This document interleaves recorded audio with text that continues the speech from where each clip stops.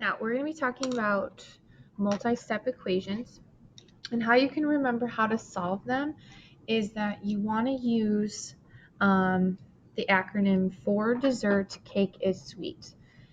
And that stands for, the F stands for formula. So you always want to write that formula down right away. You are then going to distribute if you can. So that's how you get rid of those parentheses. If after that, you then want to combine like terms. So if they have anything that is similar, you're going to combine them. Then you're going to use the inverse operation. So first you want to undo the addition or subtraction. So that's always first. So I'm going to mark that. This is always first. And then multiplication and division is always second. Then what you want to do after you do that is you're going to solve by getting a variable equal to some number. Okay. So for our first one, we're going to look at, we have negative 3x plus 1 equals 7. So we have our formula. We don't have any parentheses, so we do not have to distribute. We don't have to combine like terms. So our first step is to subtract 1 on both sides, because this is addition. You want to do the inverse operation, which is subtraction. So what I'm going to do is I'm going to bring down the negative 3x. These are going to cancel, so I'm left with 7 minus 1, which is going to give me 6. I want to try to still get this variable by itself, so I'm going to circle that in that first one, because that's our whole goal, is to get that variable by itself. So I notice that the number is next to the variable, so that's going to mean multiplication. So the inverse operation of that is going to be division. So I'm going to divide both sides by negative 3. I'm going to end up, this is going to cancel, so I'm going to end up with x is equal to 6 divided by negative 3, which is going to give me negative 2. So I'm going to circle my answer. Then what I'm going to do is I'm going to check. So I'm going to say, okay, is negative 3, I'm going to write negative 3. I'm going to substitute negative 2 in. Plus 1 is equal to 7. So I have negative 3 times negative 2, which is 6, plus 1 equals 7. 6 plus 1 is 7. So this is correct. Now, checking is always going to help you determine if that answer is right. So it might take you a little extra time, but it really is important to check your answer. So this next one, we want to look at, okay, our first step, we don't have any parentheses, so we don't have to distribute. We don't have to combine any like terms. So our next thing is to add or subtract. So in this case, inverse operation of minus or subtraction is going to be addition, so plus 9 on both sides. So now I'm going to be left with 1/2 x is equal to, now I have to do negative 25 plus 9, okay? And that's going to give me negative 16. Okay, I notice that we have this fraction up here, and we're going to say, okay, how can I get the x by itself? I always forget to do that, but always get that x by itself. So how you do that, because it's a fraction, it's division, you're going to multiply each side by the reciprocal, because what you do to one side, you always have to do the other. Okay, because you have to multiply, and to get rid of a fraction, you have to do the reciprocal.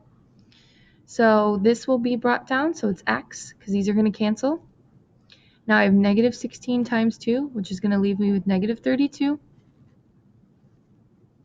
Okay, I add both, or I'm going to check my answer to see, do I have it correct? So I have 1/2 times negative 32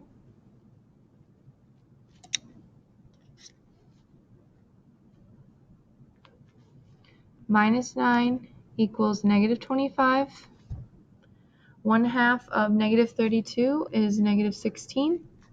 Minus 9 equals negative 25. Negative 25 is equal to negative 25. So I say, yep, I'm correct.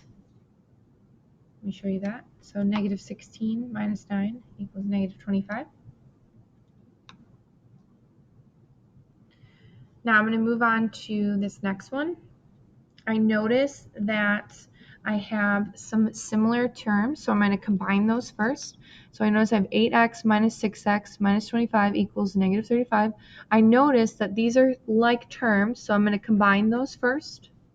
Okay, so 8x minus 6x is going to leave me with 2x minus 25 is equal to negative 35. So I'm going to bring all that down. Now, because this is subtraction, I'm going to add on both sides. And what I do to one side, I always have to do the other. I'm going to bring down this 2x. This is going to cancel. So now I'm left with a negative 35 plus 25, which is going to be negative 10. This is multiplication, 2 times x. So how do I get rid of that? Is I'm going to divide, because that's the inverse operation. I'm going to be left with x equals, so negative 10 divided by 2, which is negative 5. Okay, I'm going to check to see, do I have that right? So I have 8, and substitute negative 5 in, minus 6 times negative 5, minus 25 is equal to negative 35. So I have 8 times negative 5, which is negative 40. Negative 6 times negative 5, which is a positive 30. Minus 25 is equal to negative 35.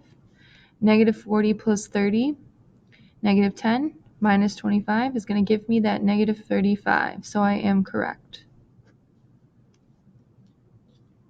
Okay, my last one. If you notice, I have parentheses. So how to get rid of those parentheses is I'm going to distribute. So I have 2 times x minus 5x plus 4 is equal to negative 8. So I'm going to take that 2 on the outside. That means multiplication. So before I can do anything, I got to distribute.